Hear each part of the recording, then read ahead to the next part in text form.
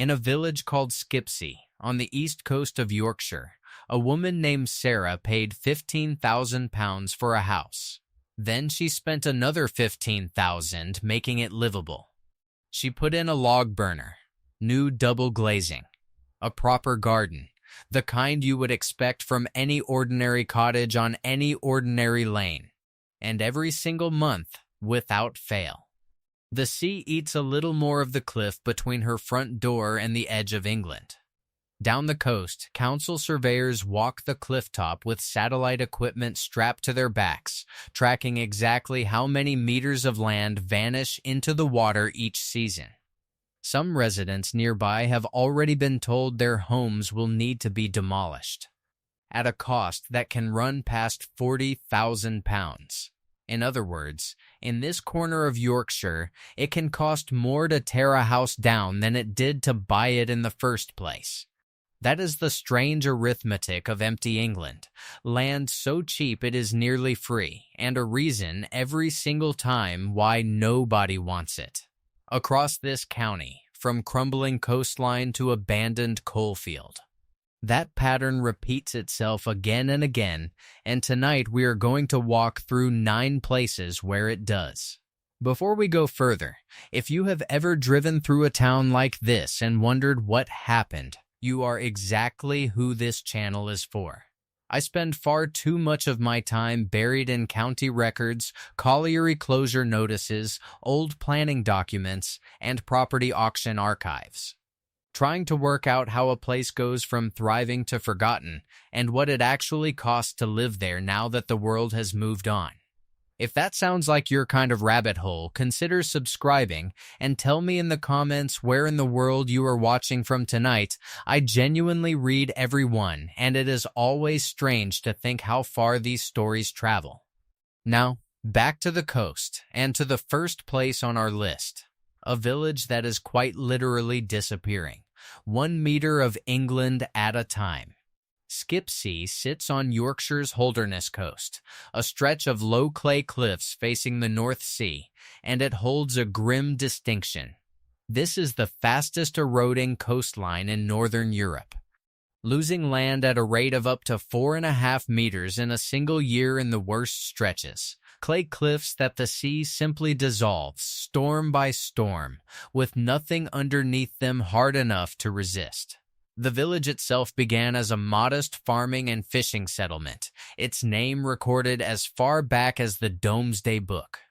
A place people came to for cheap land near the water and a slower pace of life, long before anyone thought to measure how quickly that land might disappear. What is killing Skipsea is not an industry closing, not a mine or a mill shutting its gates. It is the land itself leaving, quietly and permanently. Successive governments have applied what planners bluntly call a do-nothing policy along this section of coast, judging that concrete sea defenses are not economically, socially, or environmentally justifiable for such a sparsely populated stretch of England. Council surveys have identified 24 properties at risk of falling into the sea within a matter of years, and more than 200 further inland at risk across the coming decades. Today, homes on the most exposed roads like Green Lane have changed hands for a fraction of what an equivalent inland property would cost, sometimes in the range of £15,000 to £20,000, precisely because the buyer knows the clock is running, and that no mortgage lender will touch a property with no long-term future. The catch here could not be more literal. You are not buying a house so much as renting time from the ocean, and when your time is finally up, you may have to pay to remove the very walls you once called home, watching your garden fence disappear a little further each winter until there is nothing left to fence in at all. Now travel inland, past the flat farmland of the Dearne Valley, to a village in South Yorkshire that once had, by one very specific measure, the nicest street in Britain. I am not exaggerating for effect. In October of 1971, a national newspaper poll named Main Street in Goldthorpe the nicest street in the entire country, its readers won over by tidy front gardens, orderly houses, and a friendly, close-knit community that photographed beautifully for the cameras sent up from London. That community existed almost entirely because of coal. Goldthorpe Colliery had been sunk back in 1909. Its shafts eventually merged underground with the neighboring Highgate and Hickleton workings. And by the mid-20th century, the combined pit employed thousands of men across the wider parish. Men who built their lives, their pubs, and their chapels around the rhythm of the shifts. The collapse came fast and hard. Following the bitter miners' strike of 1984, closures swept the entire coal field, and Goldthorpe Colliery itself was placed on care and maintenance before shutting for good in 1994, alongside the other pits that had sustained neighboring Thurnscoe. All 4 local collieries were gone by the end of that year, thousands of jobs erased within a single generation. What remains today is a town wrestling with empty and boarded terraced houses, dozens of them earmarked for demolition after years of vacancy, vandalism, and litter, on streets just around the corner from the one that was once declared the pride of the nation. Homes here can be found for well under £100,000, and in some cases far less through auction. The catch is straightforward and unromantic. When the single employer that built a village disappears and nothing of comparable scale replaces it, the housing stock simply outlives the economy that once justified building it. Head east now, back to the coast, but this time to a town that was built for pleasure rather than industry. Withernsea began as a scattering of farms with a population of little more than 100 people. Until a Victorian entrepreneur named Anthony Bannister saw an opportunity in the empty coastline. He built a railway line from Hull in 1854, and Withernsea transformed almost overnight into a seaside resort, complete with a 1,200-foot pier, gas lighting, and promenades built specifically for day trippers escaping the smoke of the city for a single precious day by the water. For a century, it thrived on that railway line and on the simple, democratic appeal of cheap sea air for working families. Then, in October of 1964, the passenger line closed permanently, and with it went the easy flow of Victorian and then post-war holidaymakers who had once filled its guest houses every summer weekend. The pier itself never truly recovered from a string of 19th-century ship collisions, struck repeatedly by coal barges and fishing boats until barely 50 feet of it remained standing. And only its castellated entrance towers, built to resemble a castle gateway, still stand along the seafront today. Today, Withernsea is also caught in the same coastal erosion crisis affecting its neighbor Skipsea just up the coast, with land immediately south of the town recorded losing more than 30 feet in a single year. Modest terraced homes here sell for well under the national average, and the reason is layered rather than singular. A railway that stopped running, a tourist economy that never fully recovered from cheap flights abroad, and a coastline that keeps quietly shrinking the map beneath everyone's feet. From the coast, come back to the coalfield to a village whose name became shorthand, fairly or not, for industrial hardship across the whole of Yorkshire. Grimethorpe grew explosively in the late 19th century around its colliery, which at its peak employed thousands of men and anchored an entire self-contained community, right down to its famous colliery brass band, formed from working miners, which still rehearses today in what used to be the pit offices. The mine closed as part of the same wave of nationwide closures that hit the Dearne Valley through the late 20th century. Cheaper imported coal, the national retreat from coal-fired power stations, and government policy combining to shut it for good. In the years that followed, unemployment in the area soared far above the national rate, and Grimethorpe became something of a byword for deindustrialization in the British press. Its name invoked in newspaper columns whenever a writer needed a shorthand for hardship. It has not stood still since. Regeneration schemes over the past 2 decades have brought new business parks and modern housing developments to the outskirts. And asking prices across the wider postcode now range enormously, from grand modern detached houses priced well into the hundreds of thousands, down to distressed terraced properties that have listed for as little as £15,000. That enormous spread is itself the story worth noticing. The cheapest properties sit in a place still working, quite visibly. To rebuild the kind of local economy that coal once provided entirely on its own, with limited full-time employment nearby even now, and a long-standing reputation that, fairly or not, still shapes how quickly buyers are willing to commit.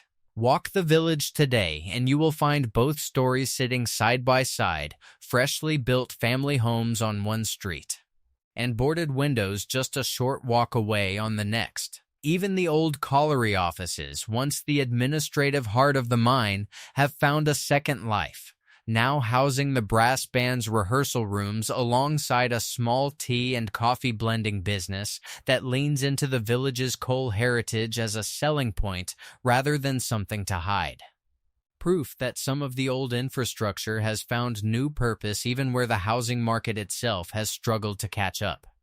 I want to pause here for a moment, because if you are the kind of person who finds this as strangely fascinating as I do, hitting subscribe genuinely helps me justify spending another weekend buried in the archives for the next one of these. Let us keep going. Into wool country now, a completely different industry, and a different kind of collapse. West Yorkshire's heavy woolen district, centered on towns like Dewsbury and Batley, built its fortune on a specific and slightly unglamorous specialty: rag pulling and fiber recycling. The process of turning old, worn-out cloth back into new woolen yarn known in the trade as shoddy and mungo.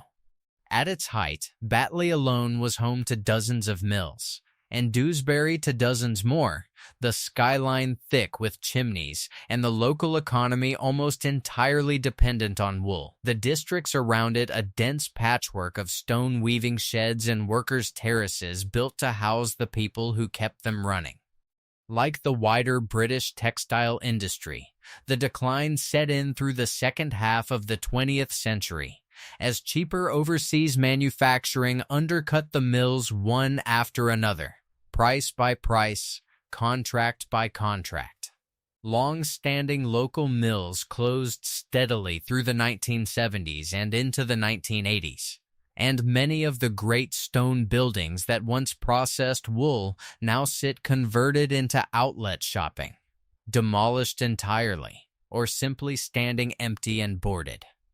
Dewsbury and its neighboring districts have seen genuine demographic change in the decades since, with newer communities settling into the areas the old mill economy left behind, and the town center has struggled against the same retail decline affecting high streets across the whole of the country, not just this one.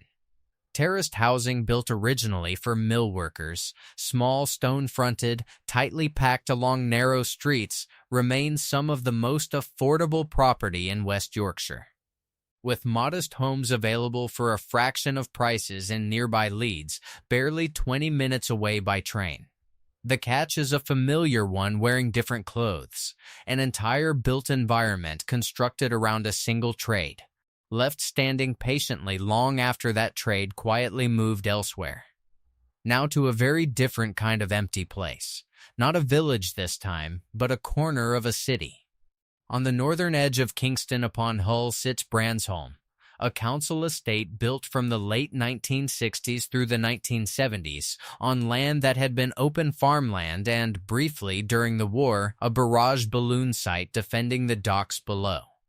It was designed to house tens of thousands of people relocated from the city's cleared Victorian slums after heavy wartime bombing had destroyed thousands of homes outright. And it remains, alongside its smaller neighbor Orchard Park, one of the largest planned council estates built anywhere in the country.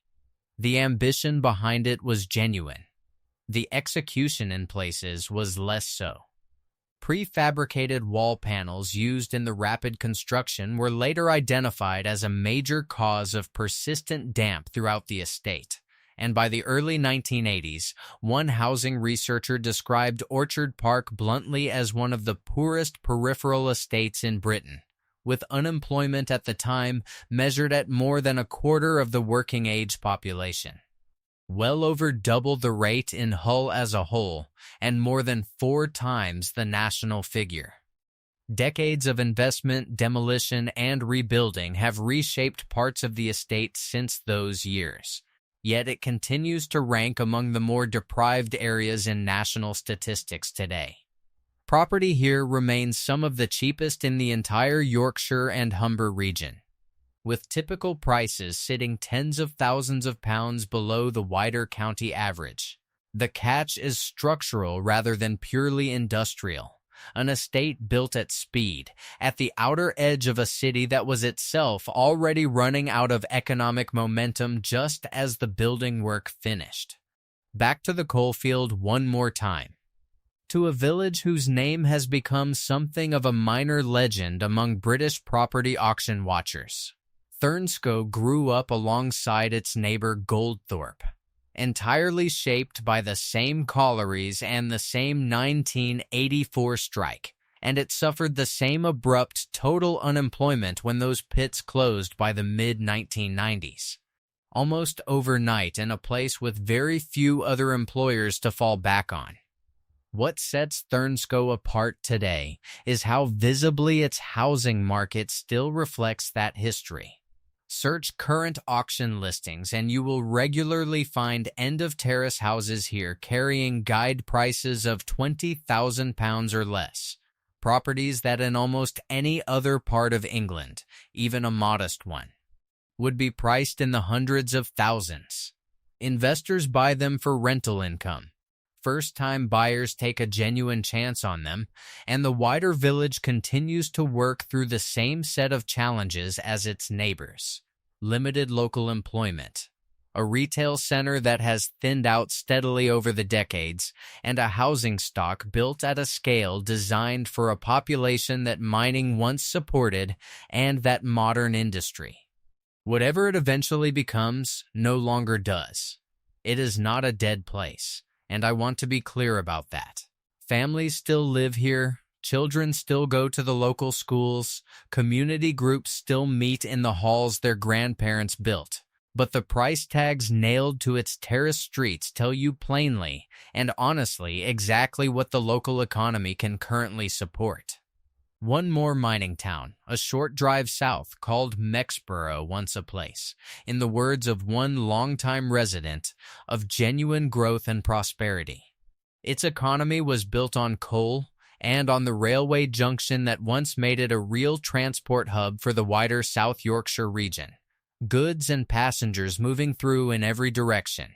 When the surrounding pits closed through the same wave of late 20th century closures that hollowed out the rest of this coalfield, the town center gradually lost the daily footfall that had sustained its shops, and business after business shuttered along its main streets over the following decades. Today, Mexborough is frequently cited as one of the most affordable towns in the whole of Yorkshire, with modest 2-bedroom houses available for around £75,000. A figure that draws a steady trickle of buyers simply looking for more space for their money, engineers and tradespeople among them, according to locals interviewed about the shift.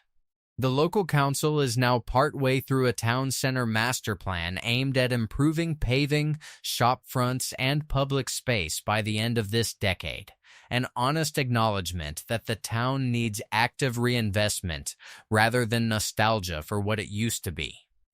The catch, once again, is the absence of anything that ever replaced mining at scale. Cheap housing, here as elsewhere in this valley, is simply downstream of a job market that has never fully recovered its footing. One local engineer who relocated here put it plainly when asked why he chose the area, saying you simply get a lot more for your money once you cross into this part of South Yorkshire. a sentiment echoed by newer residents drawn less by nostalgia for the old mining economy than by the arithmetic of a mortgage payment that stretches considerably further here than it would 20 minutes up the road in Sheffield or Leeds. And finally, the strangest catch of all nine, a few miles further into the old West Riding coalfield in a village called South Kirkby. Its colliery was sunk in 1881, and the operation grew the settlement from a small cluster of farming families into a community that, at its peak, housed almost all of the 3,000 men the mine directly employed. Shafts driven down more than 800 yards into the earth beneath everyone's gardens. That colliery survived even the bitter strike year of 1984.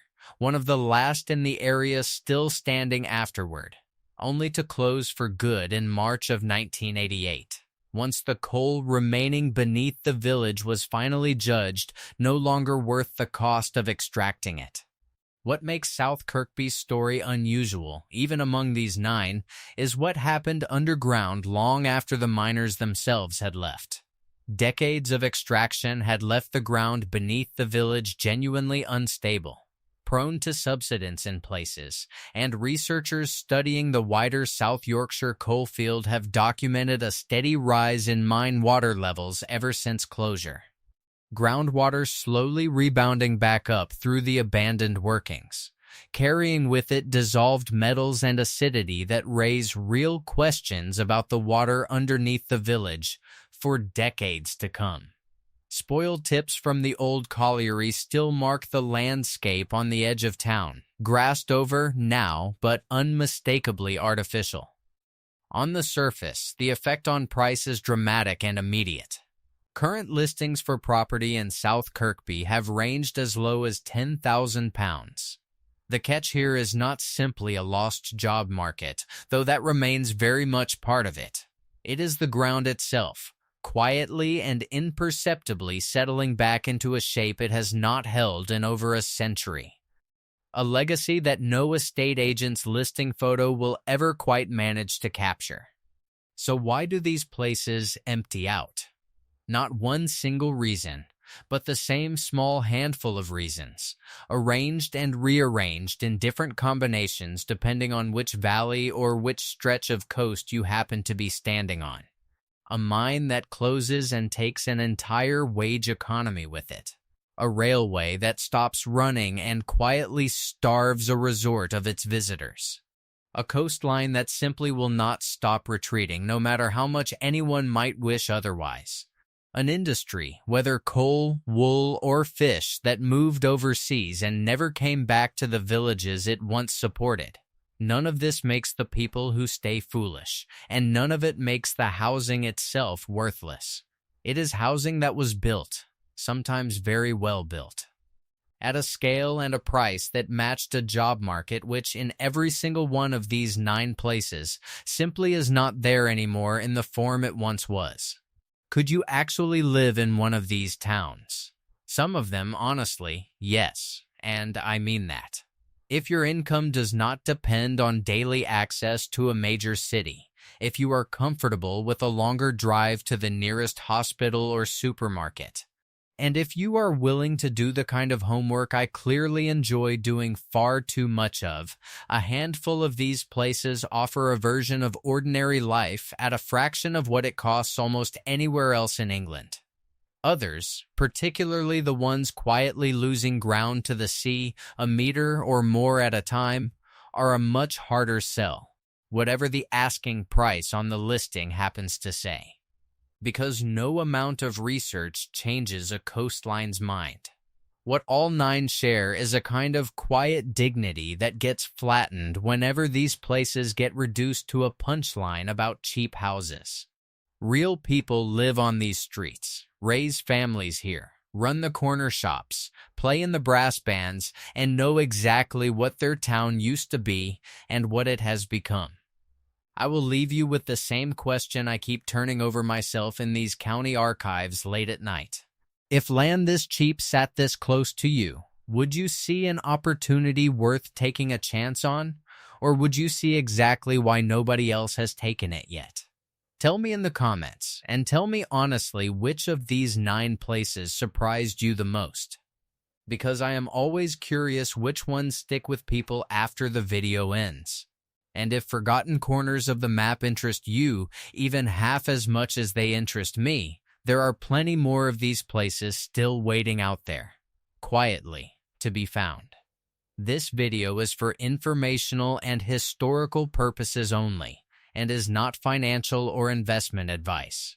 Property values change, and viewers should do their own research or consult a professional before making any purchase decisions.